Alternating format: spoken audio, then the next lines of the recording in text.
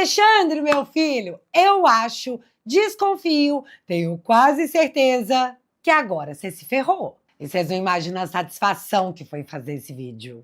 Hoje, em House of Togas, Alexandre tira Toffoli do holofote e vira o protagonista do maior escândalo financeiro do Brasil. 7 da manhã do dia 17 de novembro de 2025. O ex-banqueiro Vorcaro sabe que está na iminência de ser preso.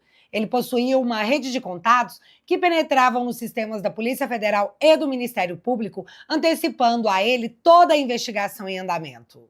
Além disso, seu banco está quase sendo liquidado. Frio na barriga, ansiedade, quando acontecerá o... Toque, toque, toque. 3 batidinhas na porta.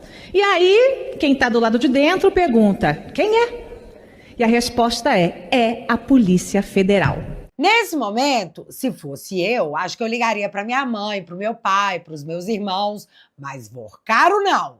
Às 7 da manhã, sabendo que seria preso a qualquer momento e que seu banco seria liquidado, ele envia a seguinte mensagem ao ministro Alexandre de Moraes. Fiz uma correria aqui para tentar salvar. Alguma novidade? Conseguiu ter notícia ou bloquear? Conseguiu bloquear a prisão que estava prestes a acontecer, a liquidação do Banco Master ou bloquear as chamadas de spam das operadoras que ficam o dia inteiro te ligando oferecendo uma promoção? Nisso o ministro responde. Ah não, desculpa, não dá para saber o que o ministro respondeu porque ele enviou 3 mensagens de visualização única para o Vorcaro. No mesmo dia 17 de novembro, às 10 horas da noite, Vorcaro é preso ao tentar embarcar em seu jatinho rumo a Dubai. E galera, antes mesmo dessas mensagens, já haviam outras. Em 1º de outubro tem um registro de mais diálogos entre o Vorcaro e o Alexandre. Mas, novamente, não dá para saber o conteúdo, porque Alexandre e Vorcaro apagavam as mensagens ou enviavam como visualização única. Além das mensagens, existiam registros de telefonemas entre eles. E o mais interessante no meio disso tudo é que o Alexandre de Moraes, no julgamento do golpe Tabajara, ao encontrar mensagens apagadas após devassa nas conversas dos investigados, disse que isso era tentativa de ocultação de diálogos criminosos, típico da organização criminosa. Que capotada é essa que o mundo deu, hein? A coluna da Malu Gaspar entrou em contato com o ministro para saber se ele tinha conseguido bloquear. Não, mentira! Perguntando se ele queria falar alguma coisa a respeito da matéria que ela tinha soltado. E aí aconteceu uma coisa que é absolutamente cinema. Grava muito esse momento na sua memória, porque ele é muito importante na cena a seguir. Abre aspas para essa matéria. Essa primeira matéria. Contudo, apesar dos registros estarem no material apreendido e periciado pela Polícia Federal, o ministro do Supremo negou sua existência em resposta à indagação da coluna. Aí vem a resposta do Xande. O ministro Alexandre de Moraes não recebeu essas mensagens referidas na matéria. Trata-se de ilação mentirosa no sentido, novamente, de atacar o Supremo Tribunal Federal. Fecha aspas. Você entendeu que a Polícia Federal possuía os registros das mensagens já periciadas e que, ao ser questionado pela jornalista, o Xande disse que isso tudo é uma mentira e não passa de mais uma tentativa de atacar a corte. Pois é, nesse momento eu tô só a namorada do Vorcaro ao descobrir que o Alexandre a viu de pijama. Morri. Uma reportagem do jornal o Globo revelou mensagens que o dono do Banco Master, Daniel Vorcaro, enviou para o ministro do Supremo, Alexandre de Moraes, no dia em que o banqueiro foi preso pela primeira vez, em novembro do ano passado. As mensagens obtidas pela jornalista Malu Gaspar mostram que o banqueiro conversou com Moraes sobre a tentativa de venda do Banco Master e indicam que Vorcaro teve acesso ao inquérito sigiloso aberto contra ele na Justiça Federal de Brasília. A jornalista Malu Gaspar, de O Globo, teve acesso com exclusividade aos prints de uma conversa com 9 mensagens entre Daniel Vorcaro e o ministro Alexandre de Moraes, no dia 17 de novembro do ano passado. A troca de mensagens começou às 7h19 da manhã e só terminou às 8h48 da noite, menos de 2 horas antes de o dono do Banco Master ser preso pela primeira vez pela Polícia Federal. O contato do ministro Alexandre de Moraes está na agenda de Vorcaro desde dezembro de 2023. Os dois escreviam os textos que enviariam um para o outro no bloco de notas dos celulares. fora do WhatsApp. Tiravam prints da tela e depois enviavam as fotos dos textos como imagens de visualização única, aquelas que se apagam assim que são lidas. Por isso, as mensagens do ministro Alexandre de Moraes não estão disponíveis, mas as de Vorcaro continuaram acessíveis no celular dele, apreendido pela Polícia Federal.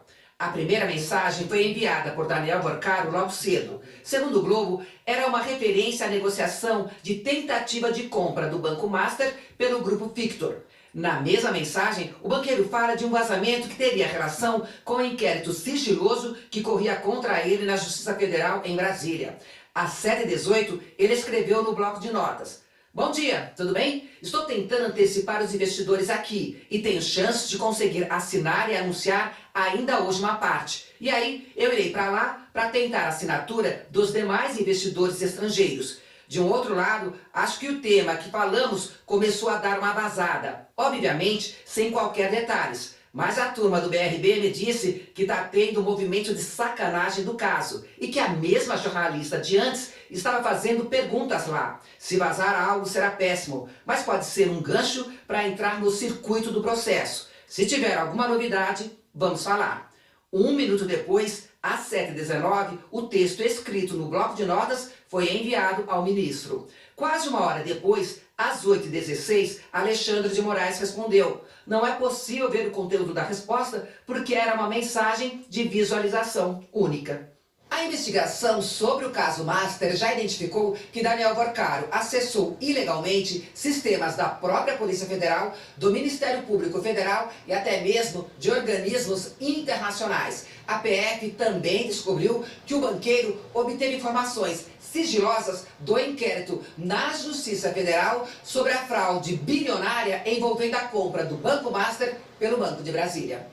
Segundo o jornal o Globo, já preocupado com os desdobramentos do processo que o levaria para a cadeia, Vorcaro usou o site O Bastidor para esquentar essa informação e torná-la pública. Com isso, esperava poder apresentar uma petição diretamente ao juiz Ricardo Leite, tentando impedir medidas cautelares eventualmente requeridas e barrar o risco de ser preso. Na época, o caso ainda tramitava na Justiça Federal de Brasília. No fim da tarde, às 17h22, Vorcaro enviou uma nova mensagem a Moraes, novamente usando o bloco de notas e depois enviando um print de visualização única.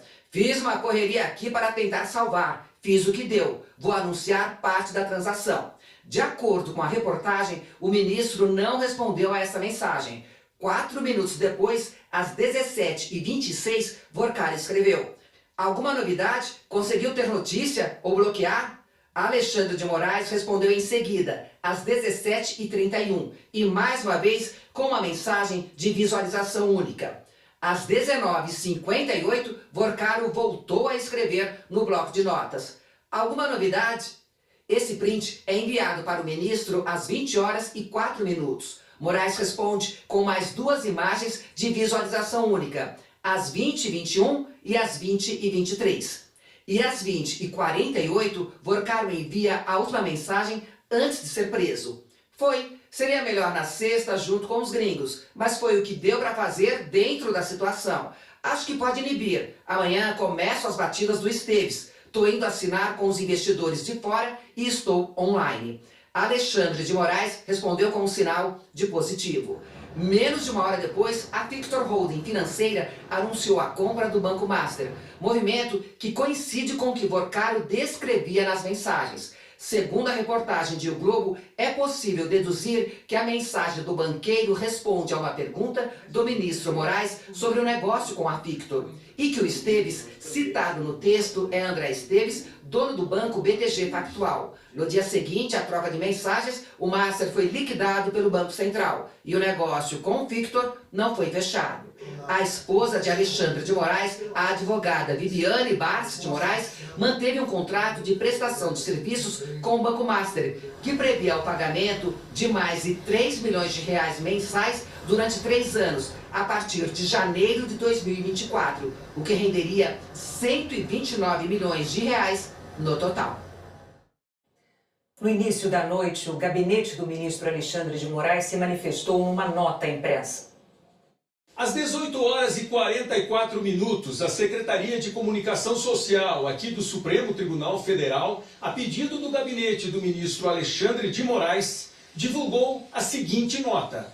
A análise técnica realizada nos dados telemáticos de Daniel Vorcaro, tornados públicos pela CPMI do INSS, constatou que as mensagens de visualização única enviadas por ele no dia 17 de novembro de 2025 não conferem com os contatos do ministro Alexandre de Moraes nos arquivos apreendidos. Segundo a nota, no conteúdo extraído do celular do executivo pelos investigadores, os prints dessas mensagens enviadas por Vorcaro estão vinculadas a pastas de outras pessoas de sua lista de contatos e não constam como direcionadas ao ministro Alexandre de Moraes. De acordo com o gabinete do ministro, a mensagem e o respectivo contato estão na mesma pasta do computador de quem fez os prints, Vorcaro.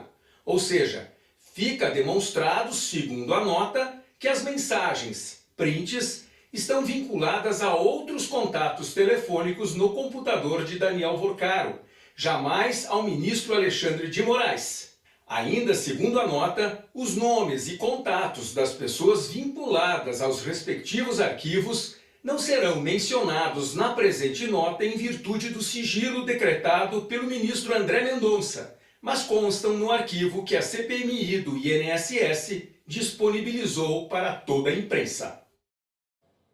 O jornal Globo publicou agora à noite uma reportagem informando que os dados das mensagens trocadas no dia 17 de novembro entre Daniel Vorcaro e o ministro Alexandre de Moraes foram retirados do celular do dono do Master por meio de análise técnica da Polícia Federal. Que essa análise permite visualizar ao mesmo tempo a tela de WhatsApp com as mensagens e as imagens de visualização única nela contida. O jornal informa também que, diferentemente do material enviado à CPMI do INSS, o conteúdo a que o Globo teve acesso não é fruto de comparação entre os horários dos textos que constam em blocos de nota de Vorcaro e as mensagens enviadas por ele, embora coincidam, e sim, resultado da extração realizada por um software específico que exibe conjuntamente as mensagens e os arquivos enviados, revertendo na prática a visualização única da mensagem. No material exibido pelo Globo, constam no envio das mensagens o número e o nome do ministro Alexandre de Moraes, que foi conferido e checado pelo jornal. O Globo informa ainda que, para proteger informações pessoais do ministro, o número de Moraes usado à época dos diálogos com o Vorcaro foi coberto nos prints publicados nas edições impressa e digital da reportagem.